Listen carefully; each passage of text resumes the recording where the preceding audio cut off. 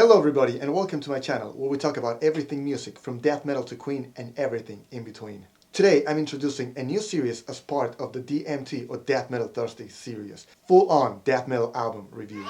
Hell yeah. And what better way to kick it off than with the godfathers of death metal themselves, the legendary Death, and what is considered by many to be the first death metal album ever to be recorded, Scream, Bloody Gore. Hell of a title, hell of an album.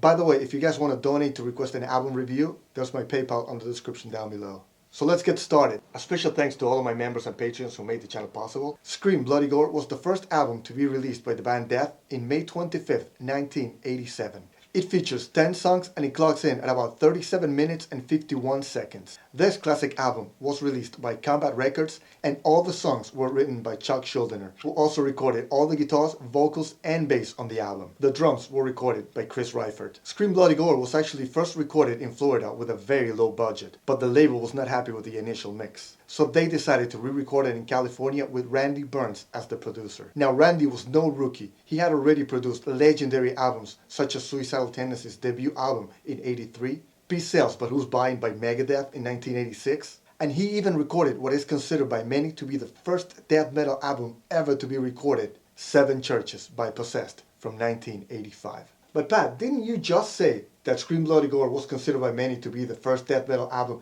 ever to be recorded? Why yes, dude. Yes, I did. But that's a topic for a different video. Now, the label was way happier with this recording. Chuck and Chris was supposed to go back to Florida after recording this album, but Chris decided to stay in California and he moved into the San Francisco Bay Area. And in 1987, he formed a new band called Autopsy. You might have heard of them.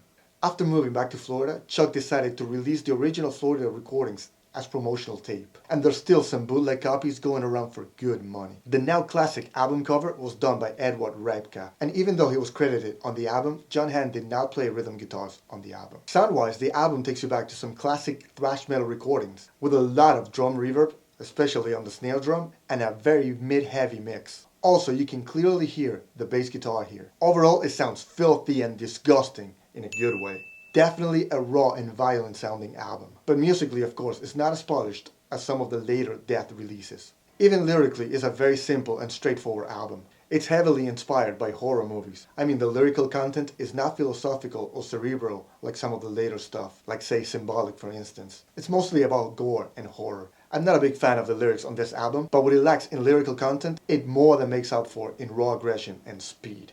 Faster than most albums by Death, it still manages to be catchy and memorable, but still has that dark and evil atmosphere to it. There's definitely some thrash elements still here, especially on songs like Torn to Pieces, but I couldn't call this a thrash album. I mean, there weren't many thrash metal bands that would play songs as fast as Zombie Ritual. And even then, it goes beyond that. The atmosphere and lyrical content, plus the chaotic solos, and even the slow breaks are way more aggressive and darker sounding than those on thrash metal. And let's not forget about Chuck's guttural vocals. Okay, let's talk about the songs. It starts out with Infernal Death, slow and heavy. Half-tempo drumming and long chords with Chuck screaming, "Die, die," setting up the mood before all hell breaks loose.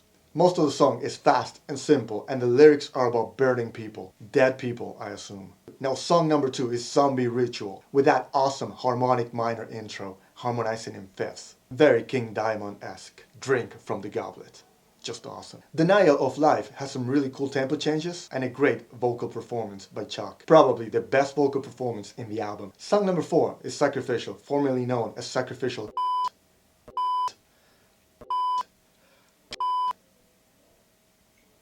I can't say on YouTube? Anyways, censorship, right? That's why the label made Chuck change the title of this song. Lame lyrics, but very cool bass drumming. Number 5 is called Mutilation, a fast-paced banger. Love that scream at the end of the chorus. At this point, we flip the vinyl if necessary and we go on to side B. And great timing. Just as the album starts to feel a little bit repetitive, side B starts off with Regurgitated Guts, another song based on a movie. This one was inspired by the 1980 movie City of the Living Dead. A very different opener, more of a thrashy feel here. Lucky number 7 was Baptized in Blood, a great tune with probably the fastest blast beat to that date. Up next, Torn to Pieces, the thrashiest song on the album, with a very 80s feel to it. And a killer guitar solo, probably the best solo on the album. Evil Dead is song number 9 on this album and probably my favorite. This one made it to both my top 5 death intros video and a DMT video where I show you how to play this intro.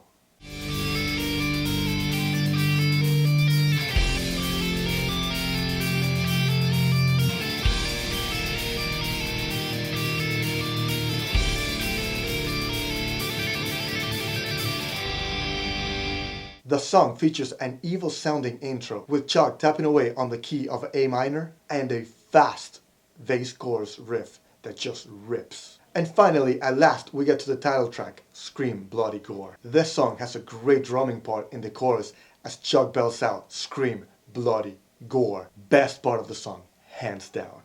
And there we have it, Scream Bloody Gore from 1987. Not my favorite Death album by any means, but definitely a classic album. Go check it out if you haven't. I'll start working on a Death Studio albums ranking video soon, so don't forget to subscribe to this channel, like your man, and hit that notification bell so you will know as soon as it's up. In the meantime, check out these videos here or here. I will see you guys next time. Pat out, metal on, dudes.